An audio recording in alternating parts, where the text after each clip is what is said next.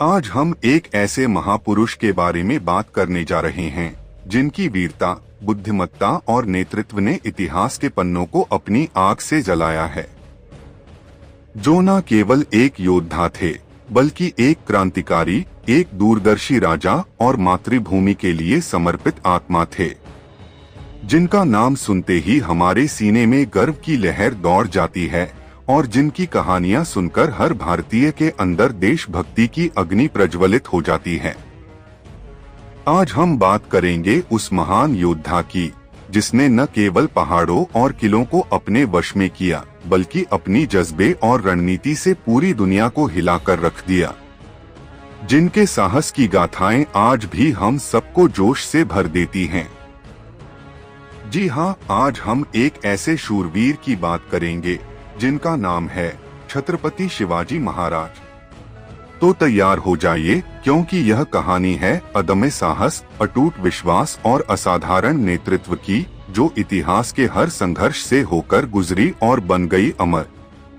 चलिए शुरू करते हैं उस महानायक की जीवनी जो सदियों बाद भी हमारे दिलों में जिंदा है। शिवाजी महाराज का जन्म 19 फरवरी 1630 को शिवनेरी किले पर हुआ। उनके पिता शाहजी भोसले बीजापुर सल्तनत के सेनापति थे और माता जिजाबाई एक धार्मिक व संस्कारी महिला थीं। जिजाबाई ने शिवाजी को बचपन से धर्म, वीरता और न्याय की शिक्षा दी। उनका बचपन अत्यंत साधारण था, लेकिन माता पिता की संस्कारमय शिक्षा ने उनमें मातृभूमि के प्रति गहरा प्रेम और स्वराज्य का सपना जगा दिया। बचपन में वे रामायण, महाभारत की कहानियां सुनकर वीरता का बीज बोते रहे। अपने गुरु दादोजी कोल्हेकर से घुड़सवारी, तलवारबाजी और राज्यशास्त्र की शिक्षा प्राप्त की।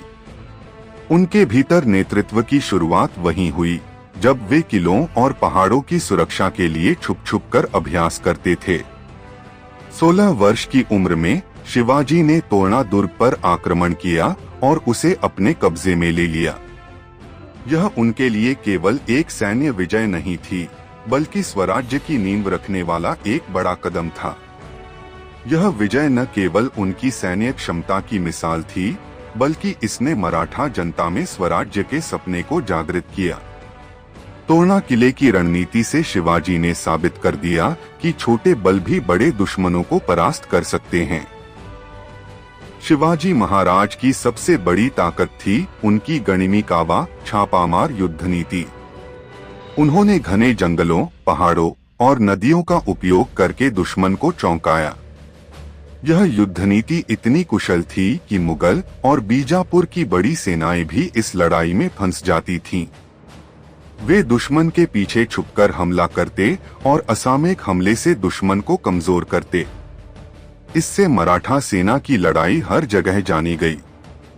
1659 में बीजापुर सल्तनत का सेनापति अफजल खान शिवाजी को मारने की योजना लेकर मिला। अफजल खान की चालाकी से भरी फांसी से बचने के लिए शिवाजी महाराज ने अपनी सूझबूझ और बहादुरी का परिचय दिया। उन्होंने अपने हथियार वज्र से अफजल खान का वध कर दिया, जो स्वराज्य की दिशा में एक निर्णायक घटना थी। यह लड़ाई शिवाजी के राजनीतिक और सैन्य कौशल की परीक्षा थी, जिसमें वे विजयी हुए। 1674 में शिवाजी महाराज का रायगढ़ में भव्य राज्याभिषेक हुआ, जिसमें उन्हें छत्रपति की उपाधि दी गई। यह भारतीय इतिहास में स्वराज्य की स्थापना का प्रतीक था।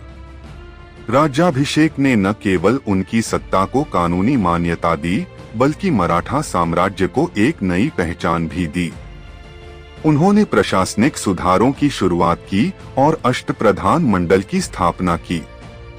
शिवाजी महाराज ने समुद्री डाकुओं और विदेशी आक्रमणकारियों से तटीय क्षेत्र की रक्षा के लिए अपनी नौसेना का विकास किया।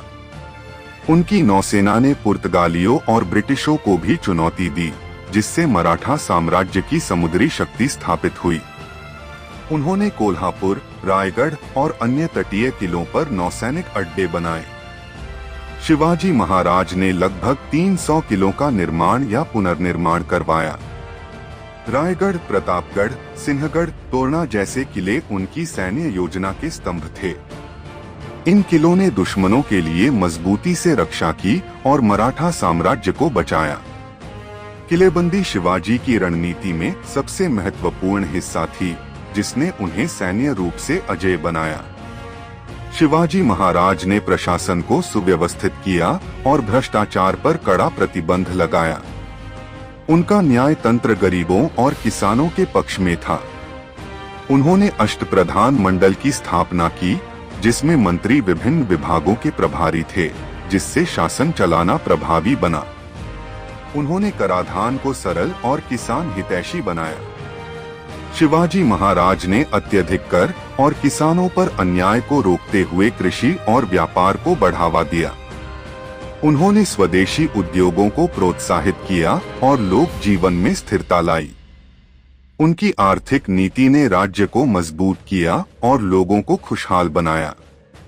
शिवाजी महाराज ने महिलाओं की सुरक्षा को सर्वोच्च प्राथमिकता दी। युद्धकाल में महिलाओं की रक्षा और सम्मान के लिए कड़े नियम बनाए। उनकी सेना में महिलाओं का सम्मान था और वे हर हाल में महिलाओं की गरिमा का रक्षार्थ खड़े रहते थे। शिवाजी महाराज सभी धर्मों के प्रति सहिष्णु थे। उन्होंने हिंदू, मुस्लिम, जैन और अन्य समुदायों का समान सम्मान किया। उनका शासन सामाजिक एकता का आदर्श था, जहां सभी को न्याय और समानता मिली। शिवाजी महाराज के बाद उनके पुत्र संभाजी ने स्वराज्य को आगे बढ़ाया। संभाजी ने भी कड़े संघर्षों का सामना किया, लेकिन शिवाजी द्वारा स्थापित प्रशासनिक और सैन्य व्यवस्था ने उन्हें मजबूत किया। यह दिखाता है कि शिवाजी का शासन कितना संगठित और मजबूत था। शिवाजी महाराज ने मुगलों के लगातार आक्रमणों को न केवल टाल दिया, बल्कि कई बार मुगलों को परास्त भी किया। उनकी युद्ध नीति, छापामार आक्रमण और जन समर्थन ने मुगलों को डराने के लिए पर्याप्त था। उन्होंने मुगल सेना को कई बार मात दी और अपने स्वराज्य को बचाया। शिवाजी ने पुर्तगाली और ब्रिटिश ईस्ट इंडिया कंपनी जैसी विदेशी ताकतों को समुद्र और तटीय इलाकों में कड़ी टक्कर दी। उनकी नौसेना और सैन्य रणनीति ने यूरोपीय आक्रांताओं को मराठा तटों से दूर रखा। यह उनकी दूरदर्शिता और सैन्य कौशल का बड़ा उदाहरण है। 3 अप्रैल 1680 को शिवाजी महाराज का निधन हुआ। उनके बाद भी उनका सपना जीवित रहा। उन्होंने जो स्वराज्य बनाया था, वह सदियों तक भारत के लिए प्रेरणा रहा। उनका जीवन हमें सिखाता है कि साहस, कर्तव्य और न्याय के लिए लड़ाई कभी समाप्त नहीं होती। आज भी भारत के हर कोने में शिवाजी महाराज के आदर्शों का सम्मान होता है।